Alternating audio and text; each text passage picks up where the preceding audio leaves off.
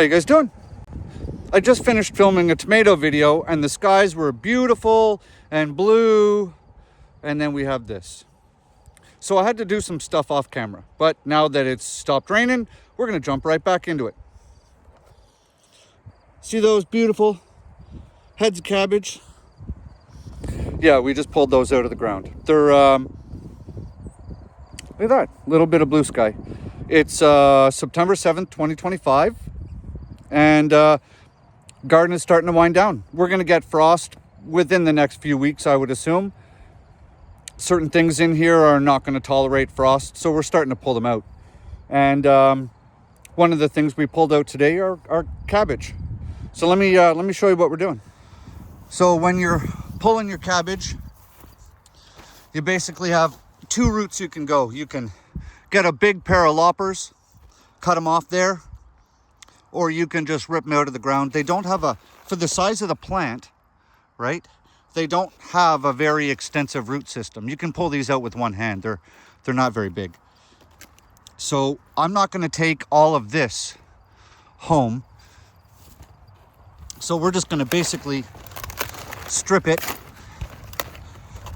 If you have chickens, you can feed all this to your chickens.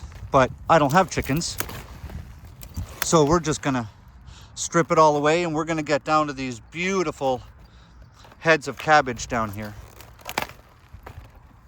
They're not huge, but they're definitely nice looking. The early Copenhagen that I grew were 2 to 3 times the size of these, but they split after we got a massive storm. So I'm gonna go through. We've got 1, 2, 3, we've got 4 cabbages. We ripped them out of the ground from right over there.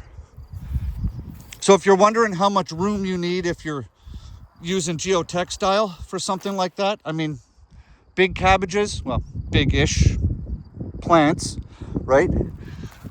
This is how big the hole needs to be. It's not big, guys. It's what, 4 by 4? That little hole is all that I needed to grow cabbage, which also means we don't have to worry about weeds. So geotextile for the win, right? Got a couple of Brussels sprout plants left. So I just ripped off a whole bunch of the lower leaves so we can get some sun in there. And then I have one itty bitty cabbage. It's about the size of a softball. So I'm just gonna leave that one go. I figured it wasn't growing very well because it was overshadowed by all these plants. So, and then we've got a bunch of the leaves here. We're gonna clean that up. But yeah, so we are going to make sauerkraut with those. So I wanted to show you guys the beginning of the process here. We're gonna rip them out of the ground. I don't want to take all that dirt back to my house, right? So we're basically just gonna clean these up, snap that head off at the stalk, throw them in one of my bins, take them home, and we'll pick this up when I get there. What's going on? We're not in the garden. You know why we're not in the garden? Because we're in the kitchen. I got a day off today, so I figured we're going to continue on with the video we started yesterday. We got 4 beautiful cabbages. Grew them in my garden myself. I really did. I lost a couple of the cabbages this year. They just they got too much water in a big storm and they tore open like Pac-Man, so I just threw those out. So we have 4 left. We're making sauerkraut. It's super easy to do. I'm going to walk you guys through the process. All you're going to need is, besides your cabbage, you're going to need some pickling salt. Like that. You're going to need a scale. You're going to need a big ass mixing bowl. And you're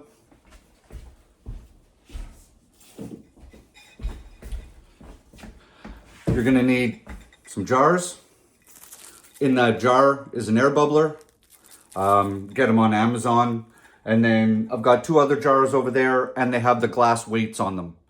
So you're going to need something in the jar to compress the shredded cabbage below the surface so there's brine on top of your shredded cabbage, and that's how you're going to keep it good to go so it doesn't rot. So let's get right into this. All right, so we have our cabbage, right? We've already pulled off all the big outer leaves. Now, this is where it comes into question. You see all that black stuff down in there? That is bug poop, right? It's called insect frass, right? You can see it all up in here. So I'm going to pull off these last couple of outer leaves, and hopefully I'm going to be able to get past where the insects have gotten on the inside. So trying to take off layers, you can see here, a bug's been in here, right? I just cut the bottom off. So we're gonna take another layer off until we get down to clean cabbage, because I really don't want to eat bug poop. Okay, no more bug poop.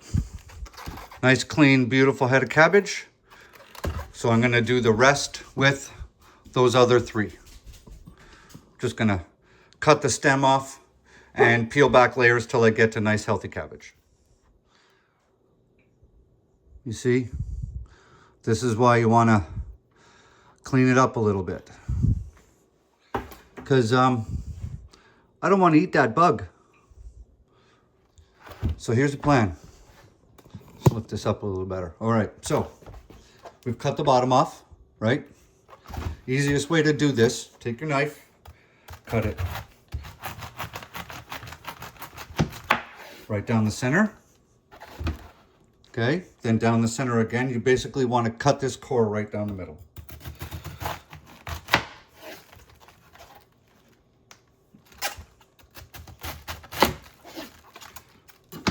Now, for those of you who prep a lot of food, I would suggest getting a yuck bucket, all right? That's my yuck bucket. It's the only thing this bucket is used for is food waste when I'm making food in the kitchen, like preparing, you know, large format food. So get a yuck bucket, they're super cheap. So now that we got that, I mean, you can use anything for a yuck bucket, right? But it really is helpful. So now that we have quarters, we're just gonna come down on an angle, cut the core out, right? Into the yuck bucket, and finish the rest of your cabbage like that. Now that they're all quartered, they have, you know, they basically look like that. Easy to manage this way. And now you just shred it. That's awkward. Let's try this way.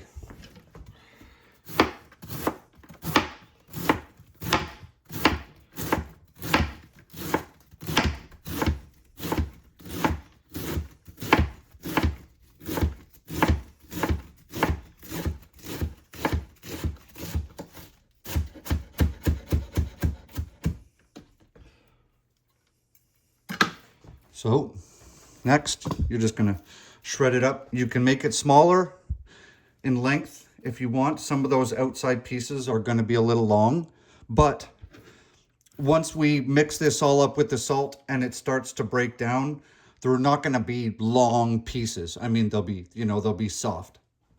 So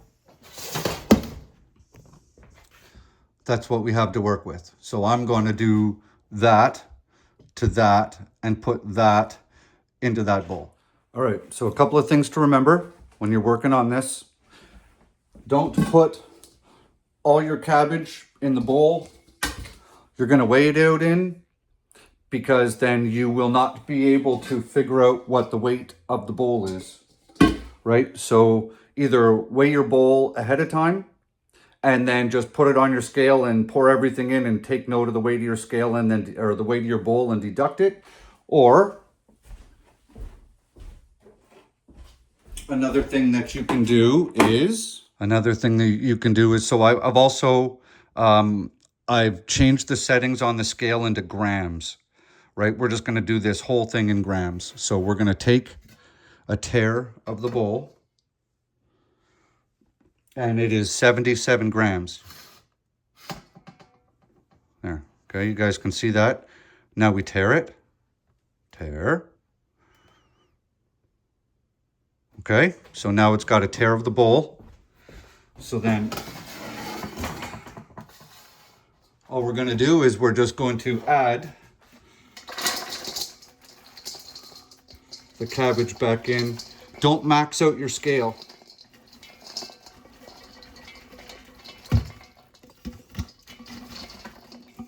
going to keep adding into the bowl.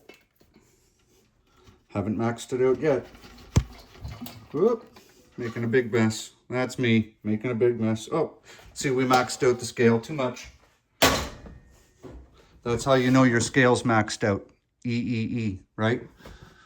Don't do that to your scale. It's bad for your scale.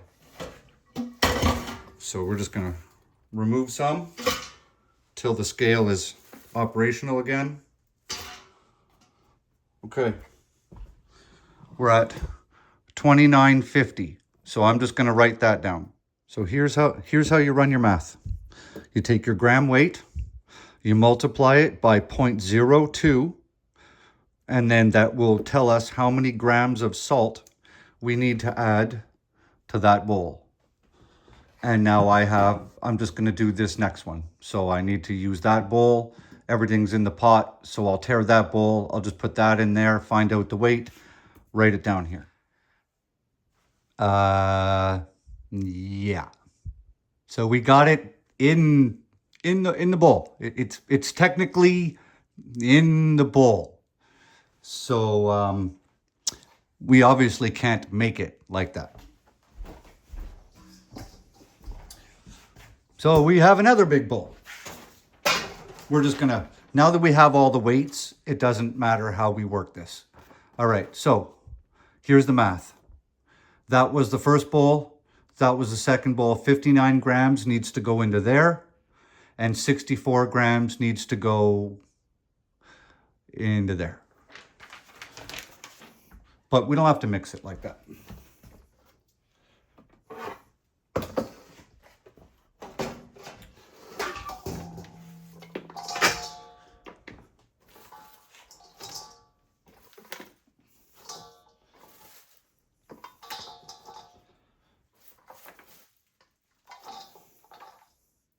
I was actually not expecting to have this much shredded cabbage, to be completely honest. All right, so now we know that these two bowls need 64 grams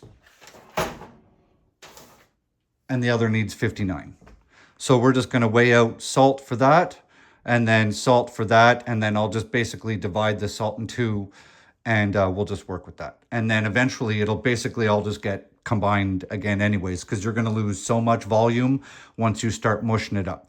So we take our bowl, put it on the scale,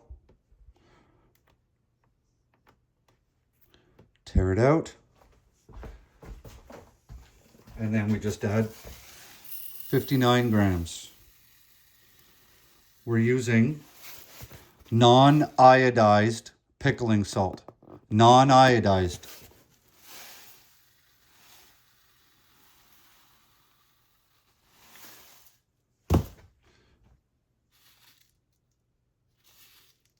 All right, we have a little bit extra, but that doesn't really make much of a difference. So we're just going to take that, put it in there. Doesn't really seem like all that much, does it? And then we're going to put 64 grams in for the other one.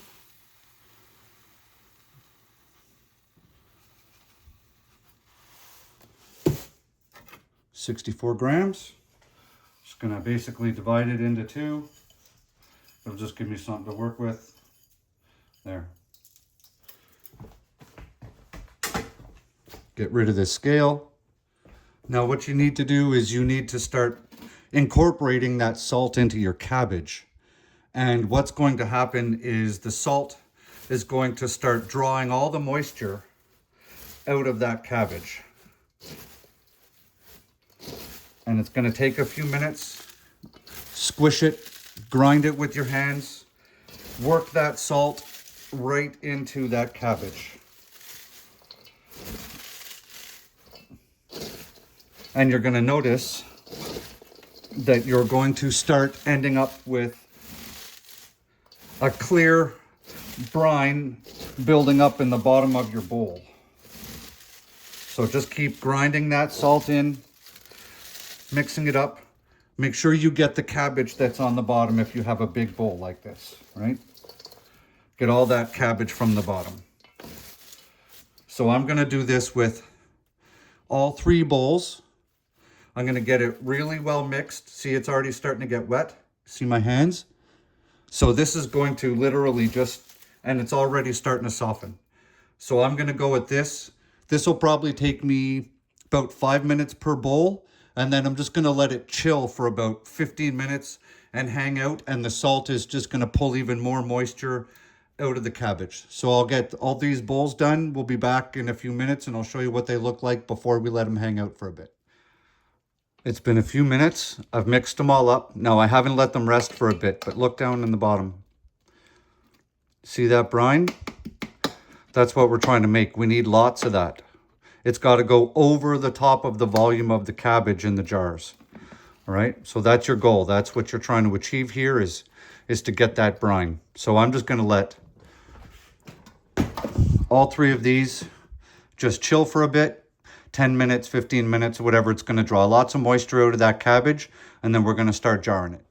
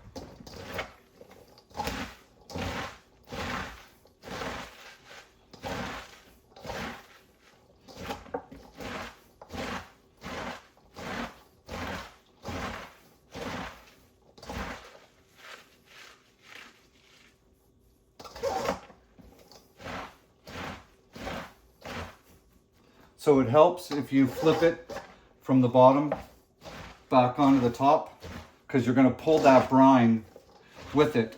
So as you work it, that brine settles through and mixes as you're mixing.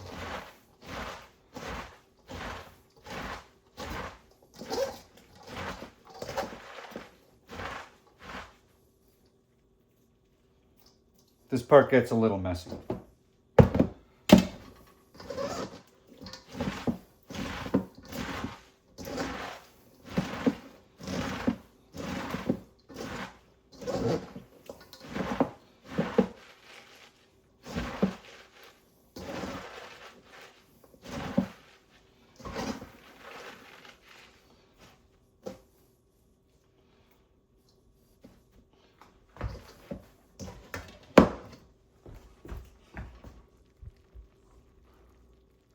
We're getting there.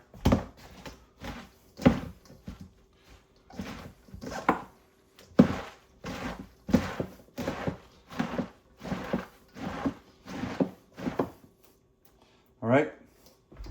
We're just going to let this hang out for a few minutes and come back. Now comes the fun part. So we're going to take our big ass jars. It's better if you do it on a plate. This part can get a little messy. Now what you want to do is you want to start packing your jars.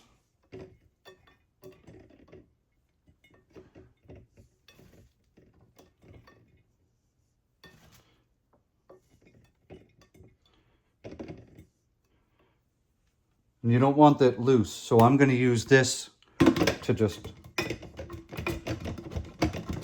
pack it down. We're not looking for a whole lot of air gaps in here.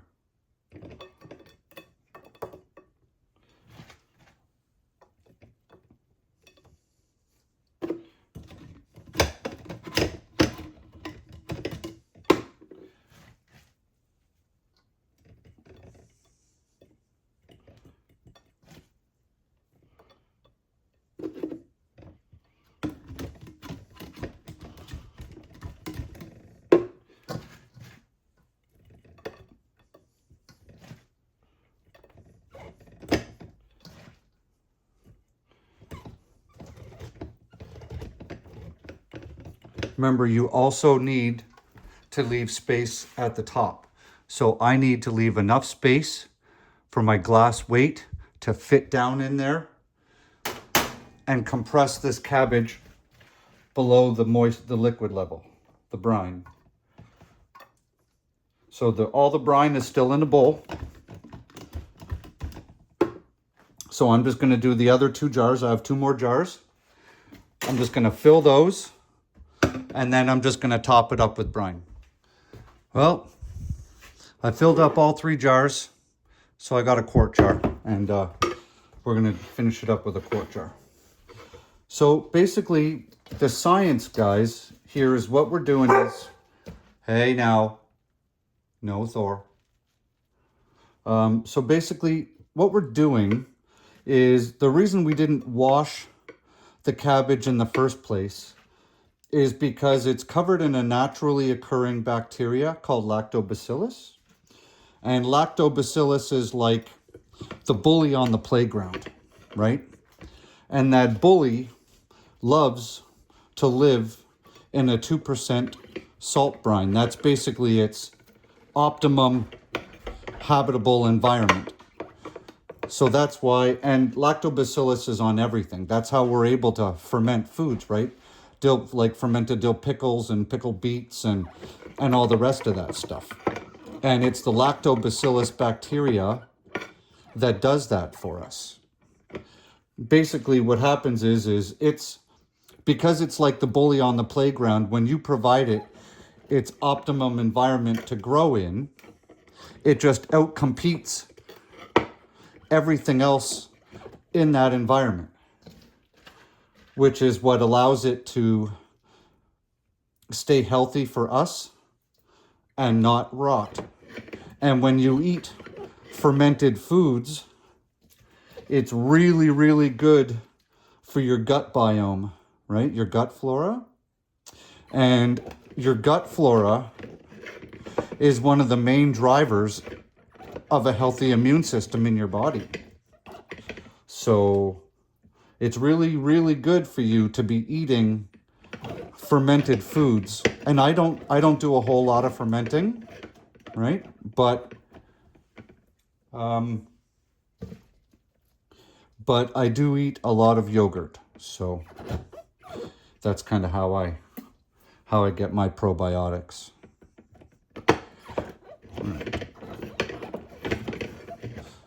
All right, so there's that, and I have a little bit left. Not quite sure what to do with that little bit left.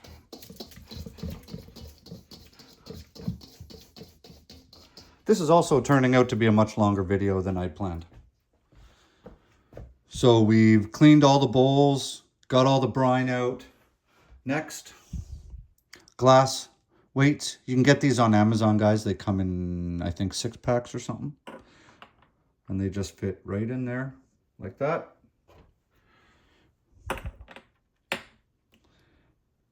Like that. There we go. So the whole goal here is to make sure that all of your cabbage is below the level of the brine. So if you look, hang on, we'll drop this down so you can get a bird's eye view here. So there is not as much brine as I had hoped in these 2 jars, right?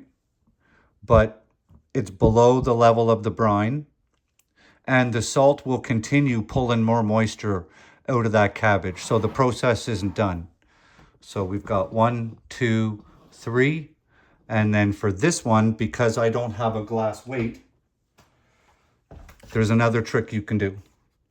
Take some of your cabbage leaves,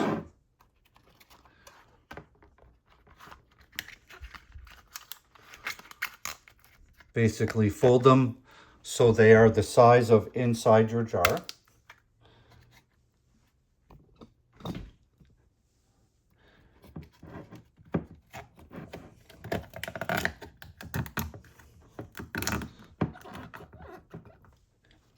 And use those as a way to force your cabbage down into the brine.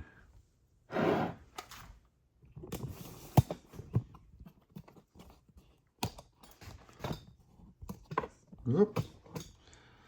See, we just take the cabbage leaves, fold it up.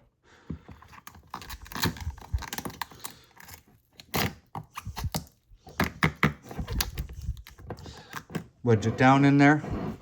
See? And now we're below the level of the brine. Just like that. So for this one, because I don't have an air bubbler, we're using a cap like that. And I will have to manually burp this because this is going to make gases. Now on to the next three. You get these lids on Amazon. They're for fermenting. This part's super simple. Put your lids on.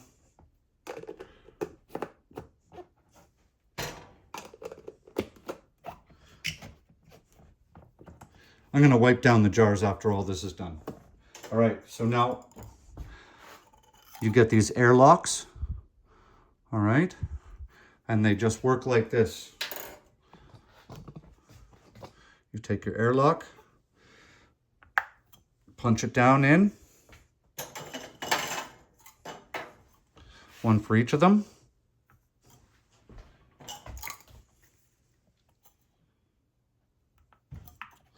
Like that.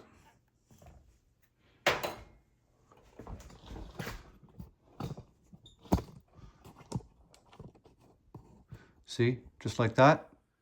I know this was a little bit of a longer video, but basically I'm trying to make this as a tutorial so that if you want to learn how to make sauerkraut, you can just basically throw this video on and just follow the steps.